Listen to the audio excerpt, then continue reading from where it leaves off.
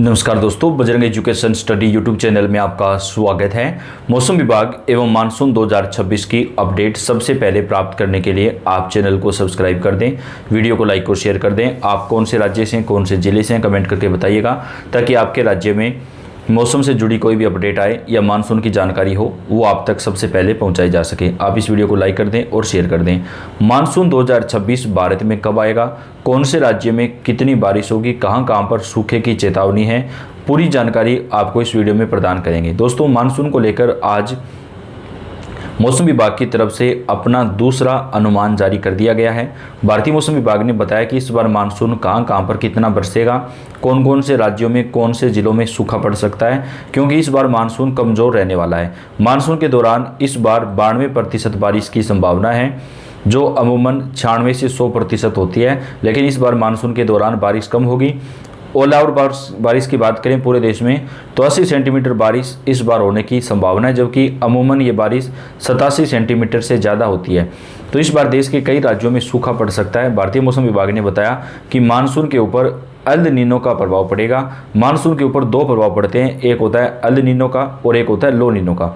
जब मानसून के ऊपर अल नीनो का प्रभाव पड़ता है तो मानसून कमज़ोर रहता है, बारिश कम होती है, सूखा पड़ जाता है। और जब मानसून के ऊपर लो नीनो का प्रभाव पड़ता है तो मानसून जो है बहुत अच्छा होता है।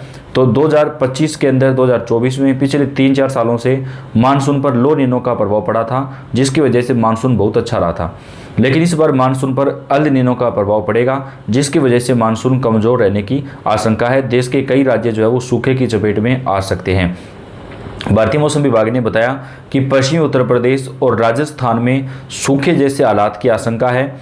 इन दोनों ही राज्यों के कई जिले जो है वो सूखे की चपेट में आ सकते हैं, अकाल पड़ सकता है। यहाँ पर बारिश का जो गैप है वो लंबा रहेगा, खासतौर पे राजस्थान, उत्तर प्रदेश, पंजाब, हरियाणा, दिल्ली, इन उत्तर भारत के राज्यों में इस बार ज़्यादातर हिस्सों में सूखा पड़ सकता है। जहाँ जहाँ पर सिंचाई का क्षेत्र है उसको छोड़कर जो क्षेत्र मानसून की बारिश पर निर्भर करते हैं वहाँ पर कम बारिश होने से भारी नुकसान हो सकता है फसलों को, क्योंकि एक बार बारिश होने के बाद लंबा गैप रहेगा, 1 महीने तक, 20 दिन तक, 25 दिन तक हो सकता है बारिश ना हो, जिससे फसलों को नुकसान पहुंच सकता है। खास तौर पे जून के महीने में बारिश जो है वो ठीक होगी, लेकिन उसके बाद जुलाई, अगस्त और सितंबर, इन तीनों महीनों में यहाँ पर बारिश जो है वो कम होने की आशंका है। बात करेंगे इन राज्यों के कौन से जिले हैं जो सूखे की चपेट में आ सकते हैं। इस वीडियो में आपको हम एक एक जिले की जानकारी देंगे, तो आप वीडियो को पूरा देखते रहिएगा। बात करें मध्य भारत की, मध्य प्रदेश, छत्तीसगढ़ की, तो यहाँ पर मानसून सामान्य से थोड़ा कम रहेगा। यहाँ पर 5 से 10% तक की जो बारिश है वो कम रह सकती है। भारतीय मौसम विभाग ने बताया कि महाराष्ट्र में मानसून मिला जुला रहेगा। महाराष्ट्र के कोंकण में मानसून सामान्य रहेगा, जबकि मराठवाड़ा और विदर्भ में सामान्य से कमज़ोर रहेगा। यानी महाराष्ट्र के मराठवाड़ा और विदर्भ का जो क्षेत्र है वहाँ पर सूखा पड़ सकता है। खासतौर पे गुजरात में भी मानसून 15 से 20% तक कम रहने की आशंका है। यानी गुजरात के भी कई क्षेत्रों में सूखे के जो हालात हैं वो हो सकते हैं। सूखा का जो खतरा है गुजरात में वो मंडरा रहा है। दक्षिण भारत में कर्नाटक, तेलंगाना, आंध्र प्रदेश, तमिलनाडु में मानसून सामान्य से कम रहेगा। यानी दोस्तों, चाहे उत्तर भारत हो चाहे दक्षिण भारत हो, इन सभी जगह पर इस बार मानसून सामान्य से कम ही रहेगा। कुछ ही राज्य ऐसे हैं जहां पर मानसून सामान्य से ज़्यादा रह सकता है, बाकी ज़्यादातर राज्यों में मानसून की जो बारिश है वो सामान्य से कम होने की संभावना है।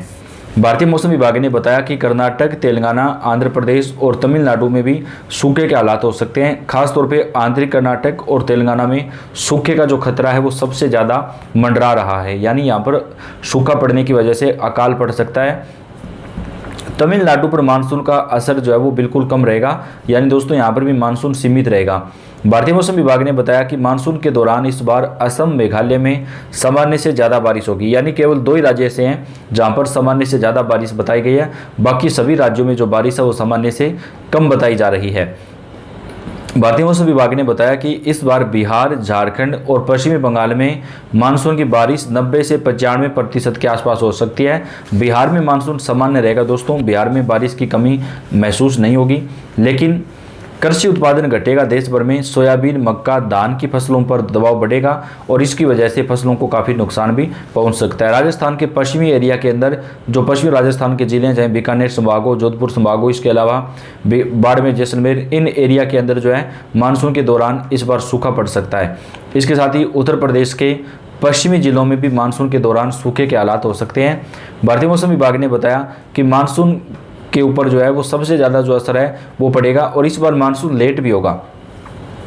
बात करें दोस्तों 2025 के मानसून की, तो 2025 में मानसून जो है वो अपने तय समय से 8 दिन पहले यानी 24 मई को ही केरल में पहुंच गया था।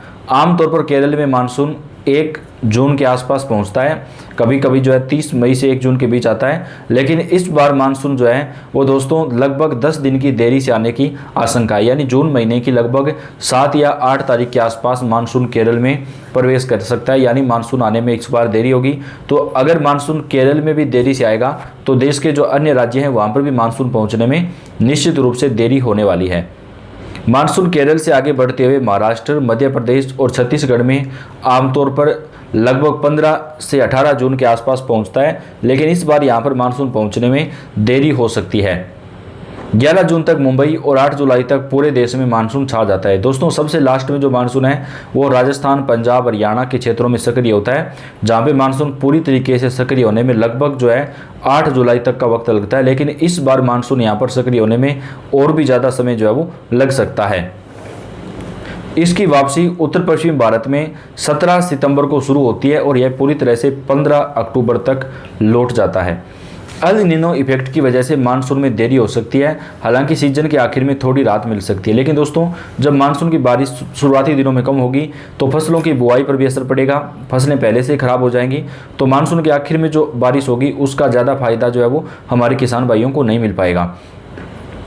IMD के आंकड़ों के मुताबिक बीते 150 साल में मानसून के केरल पहुंचने की तारीखें अलग अलग रही हैं।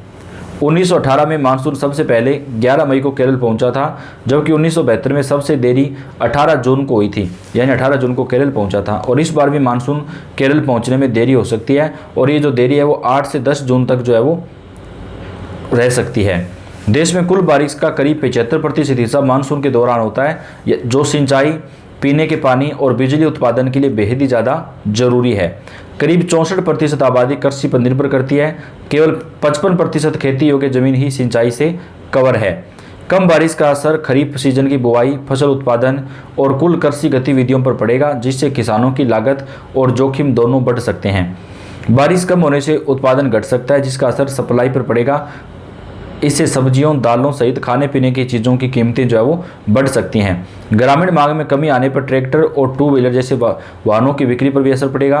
मानसून कमज़ोर रहने से डैम और जलाशयों का जल स्तर है वो भी सामान्य से नीचे रह सकता है, जिससे आगे चलकर पानी की भी कमी आ सकती है। तो इस बार का जो मानसून है वो देश में कमज़ोर रहने के जो आसार हैं वो जताए जा रहे हैं और इससे काफ़ी ज़्यादा परेशानियाँ जो है वो हमारे किसान भाइयों को, आम जनता को उठानी पड़ सकती है, क्योंकि मानसून से देश की अर्थव्यवस्था को गति मिलती है और अगर मानसून कमज़ोर रहता है तो इससे काफ़ी ज़्यादा जो नुकसान है वो यहाँ पर उठाना पड़ सकता है। तो देश के तमाम राज्यों में मानसून से जुड़ी सारी जानकारियाँ, टोटल अपडेट आप तक हम पहुँचाते रहते हैं। आपका अपना चैनल है, आप सब्सक्राइब करके बेल आइकन को जरूर दबाएं। धन्यवाद।